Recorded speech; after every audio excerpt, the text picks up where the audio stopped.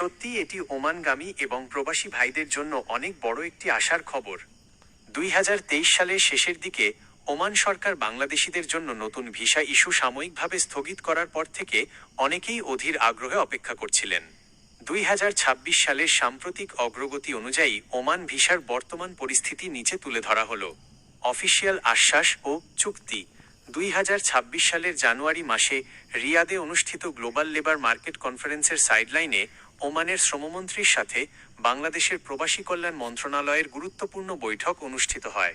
সেখানে ওমান সরকার আশ্বাস দেয় যে খুব দ্রুতই নির্দিষ্ট প্রক্রিয়ার মাধ্যমে বাংলাদেশিদের জন্য কাজের ভিসা পুনরায় উন্মুক্ত করা হবে। দক্ষ জনশক্তির অগ্রাধিকার। ওমান সরকার মূলত দক্ষ এবং পেশাদার জনশক্তি, যেমন ইঞ্জিনিয়ার, ডাক্তার, নার্স এবং কারিগরি দক্ষতা সম্পন্ন কর্মী নেওয়ার ক্ষেত্রে বেশি জোর দিচ্ছে। 12টি ক্যাটাগরিতে ছাড়। এর আগে ফ্যামিলি ভিসা, ভিজিট ভিসা এবং নির্দিষ্ট কিছু পেশাজীবী সহ প্রায় 12টি ক্যাটাগরিতে ভিসা প্রক্রিয়া সহজ করার ঘোষণা দেওয়া হয়েছিল।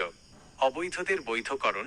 নতুন করে পুরোদমে কর্মী নেওয়ার আগে ওমানে থাকা অনিয়মিত বা অবৈধ বাংলাদেশি কর্মীদের জরিমানা ছাড়া বৈধ করার সুযোগ দিয়েছিল ওমান সরকার, যা একটি অত্যন্ত ইতিবাচক পদক্ষেপ ছিল। একটি জরুরি পরামর্শ।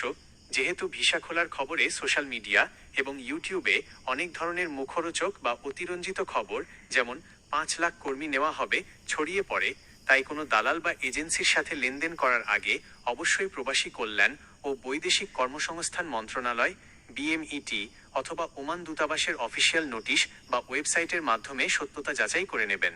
আপনি কি নির্দিষ্ট কোনো ক্যাটাগরির ভিসা বা ওমানের বর্তমান শ্রমবাজারের চাহিদা সম্পর্কে জানতে চাচ্ছেন?